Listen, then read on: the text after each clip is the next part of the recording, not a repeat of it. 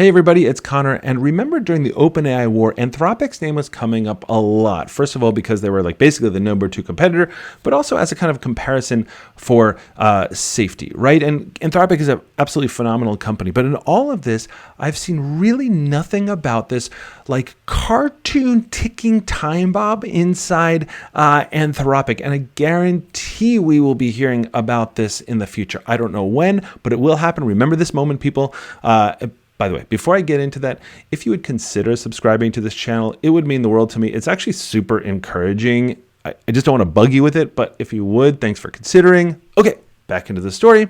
Okay, and back to this ticking time bomb. Why is there a ticking time bomb? Because the structure of Anthropic is alarmingly similar to the one that led OpenAI into this crisis in the first place. So remember, OpenAI had this non-profit at the center, this 501c3, which is basically your nephew's toy drive, right? It was made up of 6 members, and then when 4 of them, and eventually 3, decided that Sam Altman and Greg Brockman were no longer following the safety protocols, they just kind of removed them. Right or wrong, it was not based on metrics. It was just based on, well, we just feel like this isn't going well. That opinion, the opinion of essentially 2 or 3 people, had the power to remove Sam Altman and not even warn Microsoft, which owns half of OpenAI, 49%, has invested billions in OpenAI, and didn't tell Microsoft until minutes before. So whatever side of the fence you fall on, that's weird, okay?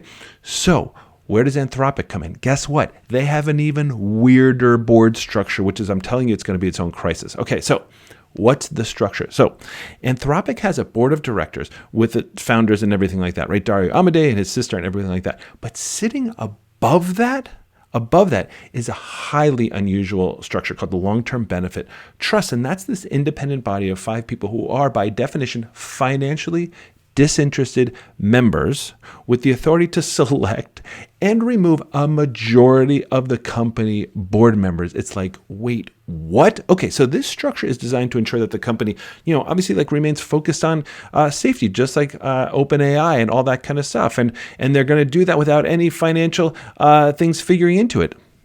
Guys, this sounding familiar at all? OpenAI? This is what happened at OpenAI. So this long-term benefit trust is made up of these 5 people not associated with Anthropic. And they have these things called Class T shares, which again, ensure that they don't benefit financially. So people on this board are people like Jason Matheny, who's the CEO of the RAND Corporation, Neil Buddy Shah, who's the CEO of the Clinton Health Access Initiative, right? Brilliant humans, brilliant individuals.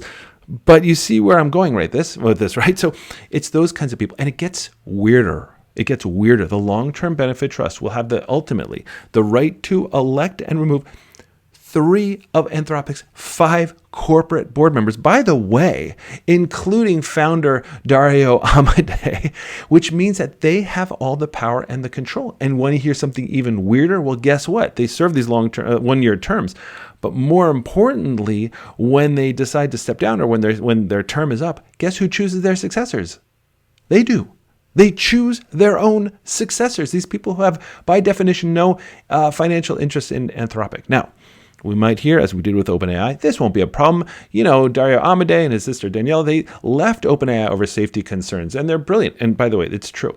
So, but who are the other board members besides Dario and his sister Danielle Amodei, right? So we have Luke Mulhauser, who represents Series A shareholders.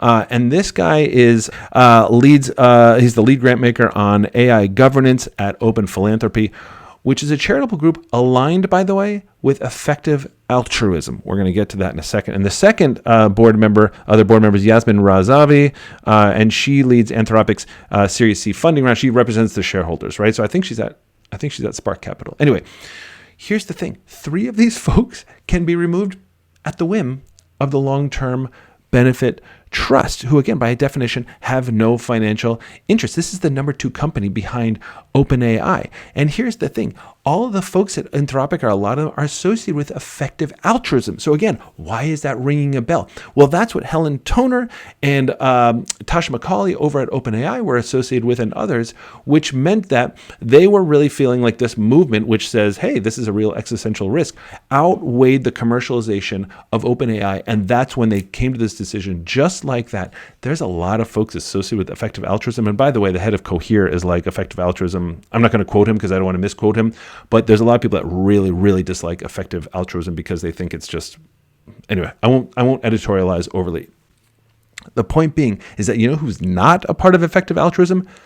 The biggest investors of Anthropic. So for example, Amazon, they're investing up to $4 billion. Google is investing another up to $2 billion after their initial investment of something like $300 million. But that's the thing. Amazon and Google, like Microsoft over at OpenAI, are completely powerless. If Anthropic decides to pull the same move and say, we're moving too fast, we have to slow everything down, there is a lot of money at stake for Amazon and Google, and they have no power over it. And we are going to see what happens. This is driving toward commercialization and safety, and there is going to be some kind of collision at some point in the future. That's my ticking time bomb. We are going to see how it goes together.